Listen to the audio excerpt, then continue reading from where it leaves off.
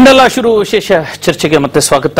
You the and A ಅನ್ನುವಂತಹ cinema, Kannada cinema ಬರ್ತಾ ಇದೆ. ಹೊಸತನದ ಸಿನಿಮಾ, ಸೈಕಾಲಜಿಕಲ್ ಲವ್ ಸ್ಟೋರಿನ ಇಟ್ಕೊಂಡು ಅವರು ಕಥೆ ಮಾಡಿಕೊಂಡ ಸಿನಿಮಾನ ತೆಗೆದಿರ್ತಕ್ಕಂಥದ್ದು. ಇದೇ ತಿಂಗಳ 19ಕ್ಕೆ ಈ ಚಿತ್ರ ರಾಜ್ಯಾದ್ಯಂತ ರಿಲೀಸ್ ಆಗ್ತಾ ಇದೆ ಅನ್ನೋದು. ಈಗಾಗಲೇ ಒಂದು ಪ್ರೊಮೋನು ಕೂಡ ನಾವು ನೋಡಿದ್ವಿ, ಸಾಕಷ್ಟು ಕುತೂಹಲವನ್ನು ಕೂಡ ಕೆರಳಿಸ್ತಾ ಇದೆ. ಕುಮ್ದ, ನನ್ನ ಈಗಷ್ಟೇ ಹೇಳ್ತಾ ಇದ್ದೆ ಕುಮ್ದವ್ರೆ, ಮೊದಲ ಹೀರೋಯಿನ್ ಈ ತರ ಡಿಫ್ರೆಂಟ್ ಹೀರೋಯಿನ್ ಹೆಚ್ಚು ಆದ್ಯತೆಯನ್ನು ಕೂಡ ಕಾಣುತ್ತೆ. ಅಂದ್ರೆ ಒಬ್ಬ ಡೈರೆಕ್ಟರ್ ಆಗಿ ಅಥವಾ ಹೀರೋ ಆಗಿ ಕಥೆಗೆ ನ್ಯಾಯವನ್ನು ಒದಗಿಸ್ತಾ ಇದ್ದಾರೆ ಅನ್ನೋಂಥದ್ದು. ಇಲ್ಲ ಅಂದ್ರೆ ಈ ಕಾಮನ್ ಪಿಕ್ಚರ್ಸ್ ಗಳಲ್ಲಿ ಏನಾಗುತ್ತೆ, ನೀವು ಗಾಂಧಿನಗರದ ಪಿಕ್ಚರ್ ಗಳಲ್ಲಿ ನಾಗವರಿಗೂ ಗೊತ್ತು, ಬರೀ ಹೀರೋ ಬಿಲ್ಡಪ್ ಫಿಲ್ಮ್ಗಳು ಇರ್ತವೆ. ಬರೀ ಹೀರೋ ಬಿಲ್ಡಪ್ ಅಪ್ಪ ಹೀರೋಯಿನ್ ಲೆಕ್ಕಕ್ಕೆ ಇಲ್ಲ ಅನ್ನೋಂಥದ್ದು. ಒಂದೆರಡು ಸಾಂಗಿಗೆ ಒಂದೆರಡು ಲವ್ ಸೀನ್ಗಳಿಗೆ ಇಟ್ಕೊಂಡ್ಬಿಟ್ರೆ ಮುಗಿದೋಯ್ತು ಅನ್ನೋದು. ಅಥವಾ ಹೀರೋಗೆ ಬೈಕ್ ಓಡಿಸ್ತಾ ಇದ್ರೆ ಹೀರೋ ಸಖತ್ ಸ್ಟೆಂಟ್ ಮಾಡ್ತಾ ಇದ್ರೆ ಹಿಂದೆ ಕೂತ್ಕೊಳ್ಳೋಕಷ್ಟೇ ಹೀರೋಯಿನ್ ಅನ್ನೋದು ಈ ಪರಿಸ್ಥಿತಿ. ಬಟ್ ಇದ್ರಲ್ಲಿ ಕ್ಯಾರೆಕ್ಟರ್ ಕಾಣ್ತಾ ಇದೆ ಅಂತ ತಮ್ಗೇನ್ ಅನ್ಸುತ್ತೆ? ಆಮೇಲೆ ತಮ್ಮ ಏನ್ ಎಕ್ಸ್ಪೀರಿಯನ್ಸ್ ಇದೆ ಆಕ್ಟಿಂಗು ಅಥವಾ ಈ ತರದ ಫಿಲ್ಮ್ಸ್ ಅಲ್ಲಿ? ಖಂಡಿತ ಆಕ್ಟಿಂಗ್ ಎಕ್ಸ್ಪೀರಿಯನ್ಸ್ ಸ್ವಲ್ಪ ತುಂಬಾನೇ ಕಮ್ಮಿ ಇತ್ತು. ಅಂಡ್ ಈ ಸಬ್ಜೆಕ್ಟ್ ಮೋರ್ ಓವರ್ ರಿಯಲಿಸ್ಟಿಕ್ ಆಗಿರೋದ್ರಿಂದ ನಾವ್ ಆಕ್ಟಿಂಗ್ ಮಾಡ್ಬೇಕಾದ್ರೆ ಪ್ರತಿಯೊಂದನ್ನು ವೀಸ್ ಟು ಪ್ಲಾನ್ ಅಪ್ ಹೇಗ್ ಮಾಡ್ಬೇಕು ಅಂಡ್ ಅವರು ಈ ಕ್ಯಾರೆಕ್ಟರ್ ಹೇಗ್ ಬರ್ಬೇಕು, how it has to deliver ಅಂತ ಪ್ರತಿಯೊಂದು ಇಟ್ಸ್ ಆನ್ ಹಿಮ್. ಈ ಪ್ರತಿಯೊಂದು ಮೂವಿಲಿ ಒಬ್ಬೊಬ್ರು ಕ್ಯಾರೆಕ್ಟರ್ನು ಔಟ್ಪುಟ್ ಏನ್ ಬಂದಿದೆ all credit goes to him. Because ಪ್ರತಿಯೊಂದನ್ನು ಮೆನ್ಷನ್ ಮಾಡಿ ಇದೇ ತರ ಬರ್ಬೇಕು, ಇದೇ ತರ ಇರ್ಬೇಕು ಅಂತ ಪ್ರತಿಯೊಂದು ಅವ್ರು ಮಾಡಿರೋದು. ಅಂಡ್ ಫಸ್ಟ್ ಮೂವಿಯಲ್ಲಿ 3 shades ಅಂಡ್ ಅಷ್ಟು ಇಂಪಾರ್ಟೆನ್ಸ್ ಐ ಥಿಂಕ್ ನಾ ಅವಾಗಲೇ ಹೇಳಿದಂಗೆ it's very good part for me. And ಅದರಲ್ಲೇ ಇಬ್ರಿಬ್ರು ಹೀರೋಯಿನ್ ಈ ಫಿಲಮ್ ಅಲ್ಲಿ ದ ಫಸ್ಟ್ ಆಫ್ ಆಲ್ ಆ 3 ಮೇನ್ ಲೀಡ್ ಆಗಿ. So it's good. ಅಲ್ಲ, ಅವರು ಸ್ಟೋರಿ ಹೇಳಿದಾಗ ಅಥವಾ ಸಿನಿಮಾ ಶೂಟ್ ಮಾಡುವಾಗ ನಿಮ್ ತಲೆಗೆ ಏನಾದ್ರು ಹೋಯ್ತಾ? ಒಂದ್ ಮೊದಲನೇ ಬಾರಿ ಹೀರೋಯಿನ್ ಆಗಿ ಮಾಡ್ತೀರಾ ಐ ಥಿಂಕ್, ಹೌದಾ?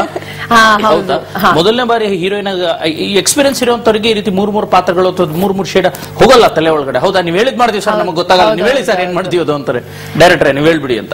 ನಿಮಗೆ ಏನಾದ್ರು ಕನ್ಫ್ಯೂಷನ್ ಆಯ್ತಾ ಅಥವಾ ಬೇಡಪ್ಪ? ಕನ್ಫ್ಯೂಷನ್ ಕಿಂತ ಐ ಥಿಂಕ್ ಪ್ರಾಬ್ಲಿ ಪ್ರತಿಯೊಂದು ಕ್ಯಾರೆಕ್ಟರ್ ಐ ಥಿಂಕ್ ಒಂದ್ ಸ್ವಲ್ಪ ಜಾಸ್ತಿನೇ ಇನ್ವಾಲ್ವ್ಮೆಂಟ್ ಆಗೋಯ್ತು ಅನ್ಸುತ್ತೆ. ಬಿಕಾಸ್ 3 shades ಇರೋದ್ರಿಂದ ಒಂದ್ ಕಡೆ ಫುಲ್ ರೊಮ್ಯಾಂಟಿಕ್, ಇನ್ನೊಂದ್ ಕಡೆ full like very rugged kind of thing, ಇನ್ನೊಂದ್ ವೆರಿ ಈವಿಲ್ ಇಶ್ಯೂ. ಸೊ ಎಲ್ಲ ಪ್ರತಿಯೊಂದು ಕ್ಯಾರೆಕ್ಟರ್ ಒಳಗಡೆ ಹೋಗ್ಬಿಟ್ಟು ಐ ಥಿಂಕ್ ನಮ್ ಸ್ವಲ್ಪ ಟಾರ್ಚರ್ ಆಗಿದೆ ನಮ್ ಡೈರೆಕ್ಟರ್ ಗೆ. ಸೊ ಆ ಒಂದು ಅವರಿಗಾಗಿದೆ, ಯಾಕಂದ್ರೆ ನಿಮಗೆ ಇಲ್ಲ, ಬಿಕಾಸ್ ಒಂದು ಕ್ಯಾರೆಕ್ಟರ್ ಒಬ್ರು ಆರ್ಟಿಸ್ಟ್ ತಗೋಬೇಕಾದ್ರೆ ಏನಂತಾರೆ you have to get into it ಅಂತ ನನಗೆ ಇವ್ರು ಹೇಳಿದ್ದು. ಅದಕ್ಕಿಂತ ಮುಂಚೆ ನಂಗೆ ಅದ್ರ ಬಗ್ಗೆ ಗೊತ್ತಿರಲಿಲ್ಲ. You have to involve yourself, ನಿಮ್ ಅದನ್ನ ಕ್ಯಾರೆಕ್ಟರ್ ಒಳಗೆ ಕ್ರಾಯ ಪ್ರವೇಶ ಕ್ಯಾರೆಕ್ಟರ್ ಒಳಗಡೆ ಮಾಡ್ಕೋಬೇಕು ಅನ್ಬೇಡ ಅಂತ. ಸೊ ಅದು ಒಂದು ಇದೊಂದು ತುಂಬಾ ಡೀಪ್ ಆಗಿರೋ ಸಬ್ಜೆಕ್ಟ್ ಇಂದ ಐ ಥಿಂಕ್ ಒಂದು ಲೆವೆಲ್ ಅಲ್ಲೇ ಸ್ವಲ್ಪ ಜಾಸ್ತಿನೇ ಆಯ್ತು. ಬಟ್ ಔಟ್ಪುಟ್ ತುಂಬಾ ಚೆನ್ನಾಗಿ ಬಂದಿರೋದ್ರಿಂದ we all happy about it. Exactly ಅದು ಶ್ರಮ ನಾಗವ್ರಿಗೆ ಹೋಗುತ್ತೆ ಅನ್ನೋದು. ಖಂಡಿತ. ನಾಗವ್ರೆ, ನಾನು ಡೈಲಾಗ್ಸ್ ಬಗ್ಗೆ ಮಾತಾಡ್ತಾ ಇದ್ದೆ ಬ್ರೇಕ್ ಇಂತ ಮುಂಚೆ. ಸುನಿ ಅವರ ಸಿನಿಮಾ ಹಿಟ್ ಆಗಿದ್ದೆ ಡೈಲಾಗ್ಸ್ ಗಳಿಂದ ಅಂತ. ಏನೋ ಹೊಸತನದ ಡೈಲಾಗ್ಗಳು ಅನ್ನೋದು, ಅಂದ್ರೆ ಅದ್ಭುತ ಡೈಲಾಗ್ಗಳು ಅಥವಾ ಪಾಸಿಟಿವ್ ಡೈಲಾಗ್ಗಳು ಅನ್ನೋಂಥದ್ದಲ್ಲ, ಹಾಗಾದ ನೆಗೆಟಿವ್ ಅಂತ ವಾಸ್ತವ ಇವತ್ತಿನ ಯೂತ್ಸ್ ಏನ್ ಮಾತಾಡ್ತಾರೆ ಆ ತರದ್ದು ಅನ್ನೋಂಥದ್ದು. ಇದ್ರಲ್ಲೂ ಕೂಡ ಸಾಕಷ್ಟು ಡೈಲಾಗ್ಗಳು ಬರ್ತವೆ, ನಾನು ಕೇಳ್ಪಟ್ಟೆ. ಡೈಲಾಗ್ಗಳಿಗೆ ನೀವು ಆಸ್ ಎ ಡೈರೆಕ್ಟರ್ ಆಗಿ ಎಷ್ಟು ಮಹತ್ವ ಕೊಟ್ಟಿದ್ದೀರಿ, ಏನ್ ಕತೆ? ಬಟ್ ಸಿನಿಮಾ ಅಂತ ಬಂದಾಗ ಅದ್ರ ಕತೆ ಏನ್ ಡಿಮಾಂಡ್ ಮಾಡುತ್ತೆ ಆ ಡೈಲಾಗ್ಸ್ ಇದ್ರೆ ನಾನು ಆಸ್ ಆಡಿಯನ್ಸ್ ಆಗಿ ನೋಡಕ್ ಇಷ್ಟಪಡ್ತೀನಿ. ಫೋರ್ಸಬ್ಲಿ ತುರ್ಕಿರೋದು ಟ್ರೇಲರ್ ಇದ್ರಲ್ಲಿ ಕ್ಲಿಕ್ ಆಗ್ಬಿಡ್ಬೋದು, ಬಟ್ ಸಿನಿಮಾ ನೋಡ್ಬೇಕಾದ್ರೆ ಲ್ಯಾಗ್ ಅಂತ ಅನ್ಸೋ ವಿಷಯದಿಂದ ಈ ಸಿನಿಮಾದಲ್ಲಿ ನಾವು ಇದೇ ಡೈಲಾಗ್ಸ್ ಇಂದ ಜನಕ್ಕೆ ಇಂಪ್ರೆಸ್ ಮಾಡ್ಬೇಕು, ಸಾಂಗ್ಸ್ ಇಂದ ಜನ ಇಂಪ್ರೆಸ್ ಮಾಡ್ಬೇಕು ಅಥವಾ ಸ್ಕ್ರೀನ್ ಆತರ ಏನು ಅನ್ಕೊಂಡಿಲ್ಲ.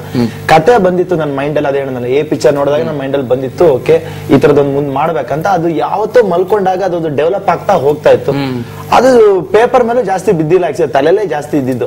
ಮತ್ತೆ ಹಾಗೆ ಪಾತ್ರಗಳು ಎದುರುಗಡೆ ಕಾಣಿಸ್ತಾ ಹೋದ್ರು. ಈಗ ಎಕ್ಸಾಂಪಲ್ ಈಗ ಕುಮುದವರು, ಅವ್ರು ನನ್ಗೆ ಯಾವ್ದೋ ಒಂದು ಮೈಂಡ್ ಅಲ್ಲಿ ಇತ್ತು ಒಂದು ಇಂಟ್ರೊಡಕ್ಷನ್ ಹಿಂಗ ಆಗತ್ತೆ ಅಂತ.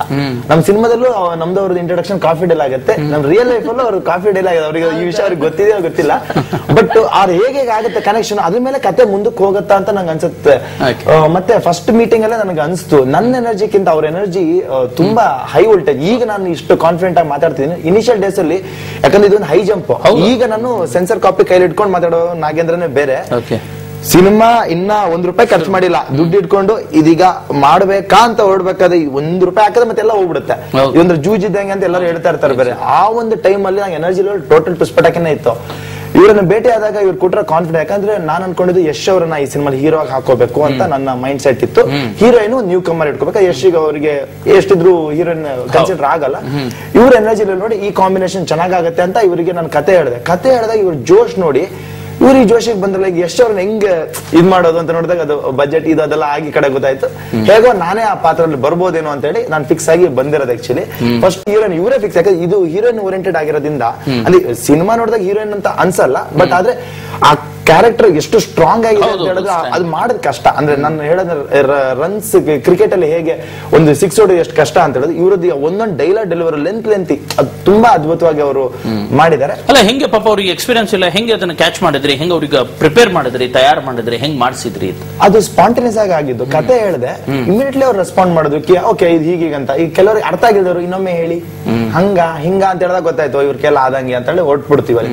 ಸೊ ಬಟ್ ಇವ್ರು ಹೇಳ್ತಿದ್ದಂಗೆ ಇವ್ರಿಗೆ ಇಮಿಡಿಯೇಟ್ ಆಗಿ ಇಂಪ್ಯಾಕ್ಟ್ ಆಗಿರೋದ್ರಿಂದ ಅದನ್ನ ಅನ್ಕೊಂತಿದ್ರು ಋಣಾನು ಬಂದ ಇದೆಯೇನೋ ಇವ್ರಿಗೆ ಕನೆಕ್ಟ್ ಆಗಿದೆ ಈ ಕತೆ, ಇವರಿಗೆ ಅಂತ ಫ್ರೀಸ್ ಆಗಿ ಕುತ್ಕೊಂಡಿದೆ. ಸೊ ಈಗ ಹೀರೋ ಅವ್ರನ್ನ ಯಾರನ್ನ ಕರ್ಕೊಬೇಕು, ಯಾಕಂದ್ರೆ ಕನ್ನಡ ಇಂಡಸ್ಟ್ರಿಲಿ ಸ್ಯಾಟಲೈಟ್ ರೈಟ್ಸ್ ಇದು ಅದು ಹೀರೋ ದೊಡ್ಡ ಹೀರೋ ಹಿಂಗೆ ಇರೋದ್ರಿಂದ ಇದು ಹೇಗೆ ಕ್ರಿಯೇಟ್ ಆಗುತ್ತೆ ಅಂತ ಗೊತ್ತಾಗಿಲ್ಲ. ಬಟ್ ಇದನ್ನ ಸ್ವಲ್ಪ ಜಾಸ್ತಿ ಹೋದ್ರೆ ಇವರು ಹೋಗ್ತಾರೆ, ಮತ್ತೆ ಈ ಮನೋಜ್ ಜೋಶಿ ಅವರು ಹೋಗ್ತಾರೆ, ಈ ಸುನಿಗೂ ಇಂಟ್ರೆಸ್ಟ್ ಹೊರಟೋಗುತ್ತೆ. ಸೊ ಈ ತರ ಏನೇನೋ ಆಗತ್ತೆ ಅಂತ ಹೇಳ್ಬಿಟ್ಟು ಇಮಿಡಿಯೇಟ್ಲಿ ನಾನು ಓಕೆ ಆಗಿದಾಗೋಯ್ತು. ಆ ಟೈಮ್ ಒಂದು ಸ್ವಲ್ಪ ಲಾಂಗ್ ಹೇರೋ ಇತ್ತು. ಸೊ ಓಕೆ ಒಂದ್ ಆಂಗಲ್ ಅಲ್ಲಿ ಹೀರೋ ತರ ಕಾಣ್ತೀನಿ, ಓಕೆ ಮಾಡ್ಬಿಡೋಣ. ಯಾಕಂದ್ರೆ ಎಷ್ಟೊಂದ್ರು ನ್ಯೂ ಕಮ್ಮರ್ ಜನ ಅಕ್ಸೆಪ್ಟ್ ಮಾಡ್ಕೊಳ್ತಾರೆ. ಅಲ್ಲ ಇರ್ಲಿ ಪ್ರಯತ್ನ ಎಲ್ಲವೂ ಕೂಡ ನಿಮ್ ತಲೆಯಲ್ಲೇ ಇದ್ದಾಗ ಖಂಡಿತ ಯಾಕೆ ಪ್ರಯತ್ನ ಪಡಬಾರದು, ಬೇರೆಯವ್ರ ಮೇಲೆ ಯಾಕೆ ಚಾಲೆಂಜ್ ಮಾಡೋದು ಅಥವಾ ಯಾಕೆ ರಿಸ್ಕ್ ತಗೊಳ್ಳೋದು ಅನ್ನೋದು ಅದು ಒಳ್ಳೇದು, ಒಳ್ಳೆ ಪ್ರಯತ್ನ. ಆ ತರದ ಒಂದು ಒಳ್ಳೆ ಪ್ರಯತ್ನ ನಡೀತಾ ಇದೆ. ವೀಕ್ಷಕರೇ, ಚಿತ್ರದ ಒಂದು ಹಾಡನ್ನು ನೋಡ್ಕೊಂಡು ಬರೋಣ. ಒಳ್ಳೊಳ್ಳೆ ಹಾಡುಗಳು ಕೂಡ ಇರ್ತಕ್ಕಂಥದ್ದು. ಒಂದು ಹಾಡನ್ನು ನೋಡ್ಕೊಂಡು ಬರೋಣ, ನಂತರ ಮತ್ತೆ ಚರ್ಚೆ ಮುಂದುವರಿಯುತ್ತೆ.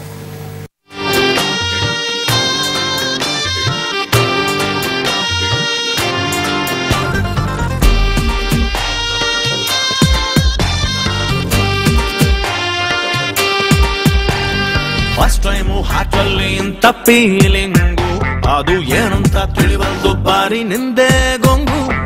ಜಾತಕ ಕೂಡಿ ಬರ್ಬೋದೇನೋ ನಂಗೂ ನಿಂಗೂ, ಯಂಗಾನಾರ ಆಗ್ಲಿ ವಾಸಿ ಮೆಂಟಲಿ ಪ್ರಿಪೇರು ಆಗು. ಡ್ರೀಮ್ ಅಲ್ಲಿ ನಂಗೂ ನಿಂಗೂ ಎವ್ರಿ ನೈಟ್ ಮೀಟಿಂಗು, ಬೆಳದಿಂಗಳ ಕುಡಿಯುತ್ತ ಅಪ್ಪಿಕ್ಕು ಚಳುವಳಿ ಮಾಡಿ.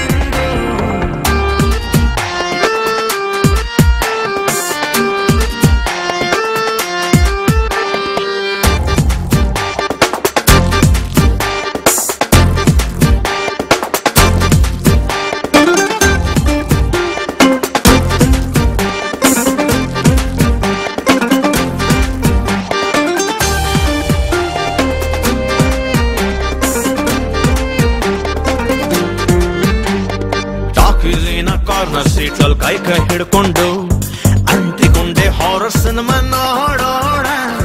ಗುಮ್ಮ ಬಂತು ಗುಮ್ಮ ಅಂತ ಬೆಡ್ಶೀಟ್ ಹೊತ್ಕೊಂಡು ಡಿಮ್ ಲೈಟ್ ಅಲ್ಲಿ ಆಟ ಆಡೋಣ. ಪ್ರೀತಿಯ ಮಳೆಯಲ್ಲಿ ಇಬ್ಬರು ನೆನೆಯೋಣ.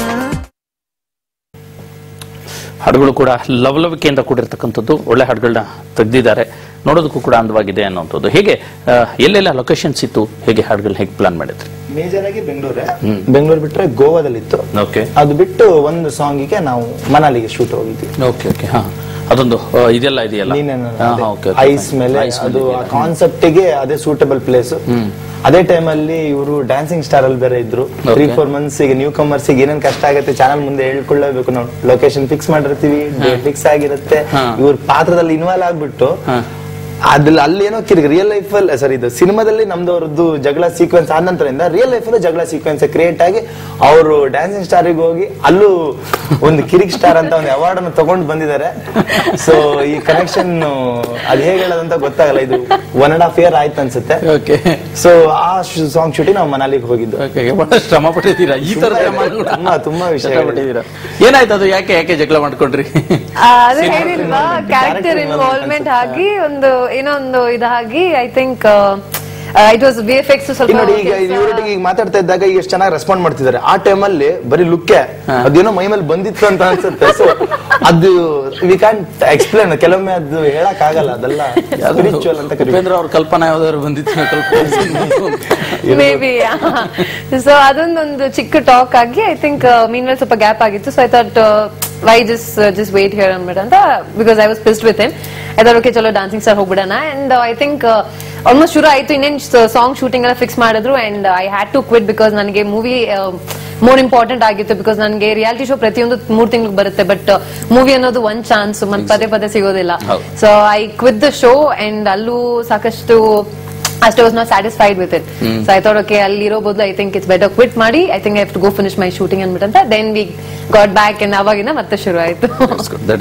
ಸಿನಿಮಾದ ಸಾಕಷ್ಟು ಅನುಭವಗಳನ್ನ ಹೊರಗಡೆ ಹೇಳ್ತಾ ಇದ್ದಾರೆ ಚಿತ್ರತಂಡ. ಚರ್ಚೆ ಮಾಡೋಣ, ಪುಟ್ಟ ಬ್ರೇಕ್ ನಂತರ.